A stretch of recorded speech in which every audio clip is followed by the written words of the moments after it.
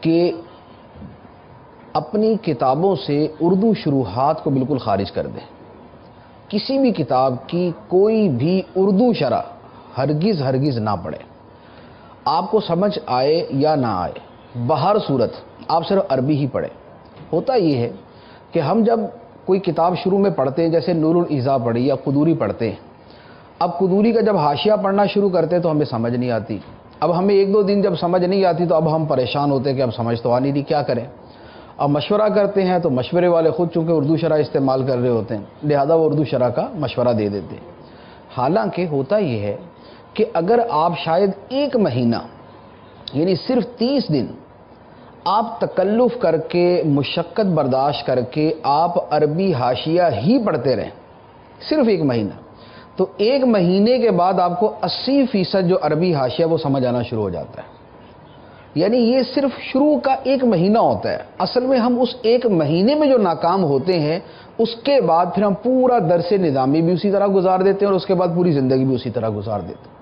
تو لہذا سب سے پہلی بات تو یہ ہے کہ جب ہم کوئی کتاب پڑھتے ہیں تو اس کی صرف عربی شرح اور عربی حاشیہ پڑھیں، اردو کی طرف ہرگز نہ جائیں. دوسرے نمبر پر یہ ہے کہ جو ہم لغت استعمال کرتے ہیں، جیسے مثال کے طور پہ ہم منجد استعمال کرتے ہیں، موسٹلی طلباء جو ہے وہ منجد استعمال کرتے ہیں. منجد بھی اصل میں عربک ٹو عربک ہے، یعنی وہ عربی سے عربی کے اندر ہی لغت ہے. لیکن ہم کون سی استعمال کرتے ہیں؟ عربی سے اردو والی. جب ہم پہلے دن درس نظامی میں داخلے کے ساتھ ہی لغت جو استعمال کرتے ہیں وہ عربی سے اردو والی استعمال کرتے ہیں، وہیں سے ہماری کمزوری شروع ہو جاتی ہے. اگر آپ پہلے سال کے بعد، یعنی جب آپ کو عربی بالکل ہی نہیں آتی اور ثانیہ کے اندر آپ کو عربی آنا شروع ہو جاتی ہے، تو آپ عربی سے عربی لغت ہی استعمال کریں. عربی اچھا اگر دوسرے سال میں نہیں تو چلو آپ تیسرے سال تک چلے جائیں کہ چلے دوسرے سال میں آپ کو ذخیرہ الفاظ جو ہے وہ عربی الفاظ کا حاصل ہو جاتا ہے، تو آپ تیسرے سال کے اندر عربی سے عربی لغت استعمال کریں. جب عربی سے عربی لغت ہی آپ مستقل استعمال کریں گے تو اب آپ کا ذہن عربی میں ہی سمجھنا شروع کرے گا، عربی کے اندر ہی پڑھنا شروع کرے گا اور عربی کے اندر ہی سوچنا شروع کرے گا. یہ دوسرا کام. تیسرا کام جو درس نظامی سے خارج طور پر جو ہے وہ ہو سکتا ہے، وہ یہ ہے کہ آپ جو خارجی مطالعہ کرتے ہیں، اگر اس میں بھی آپ کوشش کریں کہ آپ عربی رسائل کا مطالعہ کریں اور عربی کتابیں پڑھیں. جیسے مثال کے طور پہ آپ کو عرض کروں، مکاشفۃ القلوب پڑھتے ہیں. مکاشفۃ القلوب جو ہے وہ عربی کے اندر بھی ہے، اردو کے اندر بھی. لیکن اگر آپ عربی میں پڑھیں، اچھا رسائل آپ پڑھتے ہیں جیسے امیر اہل سنت کے رسائل، آپ کو ایک کثیر تعداد کے اندر رسائل عربی کے اندر مل جائیں گے، عربی ترجمہ موجود ہے. اب رسائل بھی عربی کے اندر پڑھیں. تو اگر اپنا خارجی مطالعہ بھی ذرا اس کا زیادہ تر حصہ آپ عربی کے اندر ٹرانسفر کر دیں کہ عربی میں مطالعہ کریں، تو یہ آہستہ آہستہ جو ہے یہ آپ کو یعنی آپ کے عربی زبان سمجھنے کے اندر آپ کے لیے بہت زیادہ معاون ہوگی. چوتھے نمبر پر یہ ہے کہ عربی شاعری سے مراد وہ شاعری کہ جو واض و نصیحت والی ہو اور نعتوں والی ہو یا حمد والی ہو، یعنی وہ جو بالکل ہی فضولیات والی ہے وہ شاعری نہیں کہہ رہا.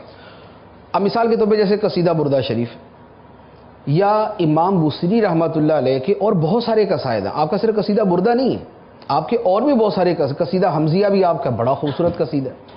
اور اس کے علاوہ بھی اور قصائدہ پورا دیوان چھپا ہوا، دیوان بوصیری کے نام سے پورا دیوان ہے، اس کا بھی اردو ترجمہ موجود ہے، لیکن اس میں عربی بھی موجود ہے. تو آپ عربی پڑھیں.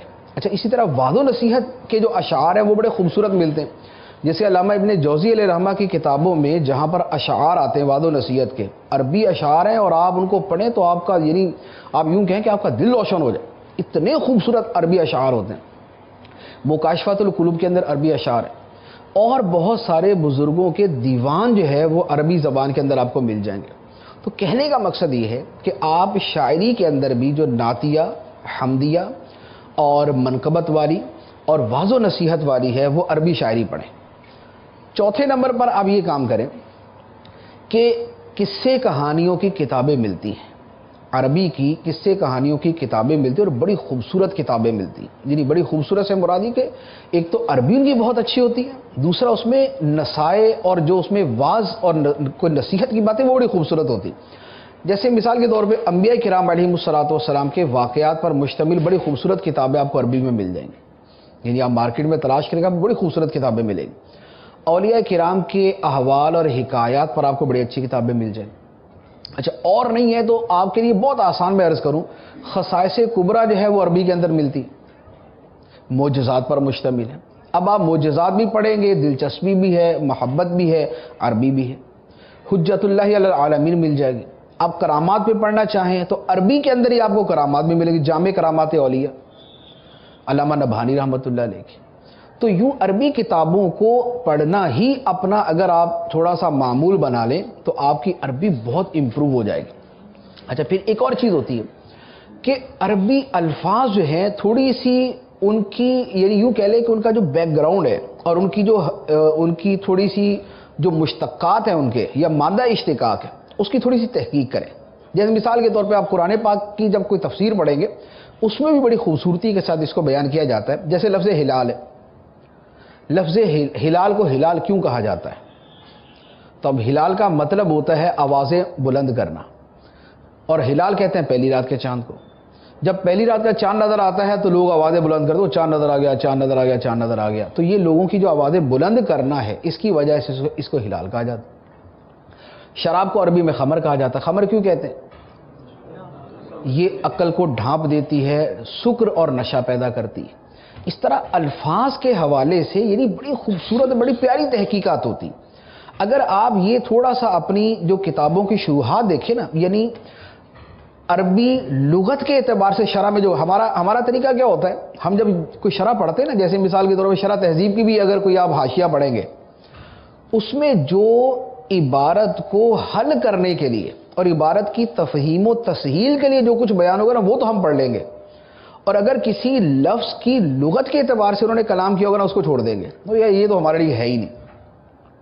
حالانکہ وہ جو تھوڑا تھوڑا کر کے آپ حاصل کریں گے نا کہ قدوری کا کوئی لفظ ہے، کوئی شرح تہذیب کا لفظ ہے، کوئی نور الانوار کا لفظ ہے، کوئی اور ہدایہ کا کوئی لفظ ہے، ان الفاظ پر جب آپ یوں غور کرتے رہیں گے اور ان کا مطالعہ کریں گے تو ہر دن کے اندر آپ 4-5 الفاظ اس طرح پڑھتے رہیں گے، اور ایک مہینے کے اندر جو ہے وہ آپ 150 الفاظ اس طرح پڑھ لیں گے۔ اور یوں آپ جب مسلسل پڑھتے رہیں گے تو حل لغات اور لغت کی جو کنہ اور اس کی حقیقت اور جو اس کا مادہ اشتقاق ہے اور جو اس میں اور خوبیاں ہوتی ہیں یہ آپ کی عادت میں شامل ہو جائیں گی۔ اس سے جتنی عربی مضبوط ہوتی ہے شاید کسی اور چیز سے نہیں ہوتی۔ اچھا ایک اور کام ہے، چھٹا کام میں عرض کروں، عربی زبان کی فصاحت و بلاغت پر اور عربی زبان کی خوبیوں پر بڑی خوبصورت کتابیں کہ عربی زبان میں کتنی فصاحت و بلاغت ہے اور اس میں کتنی بلندی ہے۔ جیسے مثال کے طور پہ اعلیٰ حضرت علیہ رحمہ کے خلیفہ ہیں سید سلیمان اشرف بہاری رحمۃ اللہ علیہ، ان کی ایک کتاب ہے المبین۔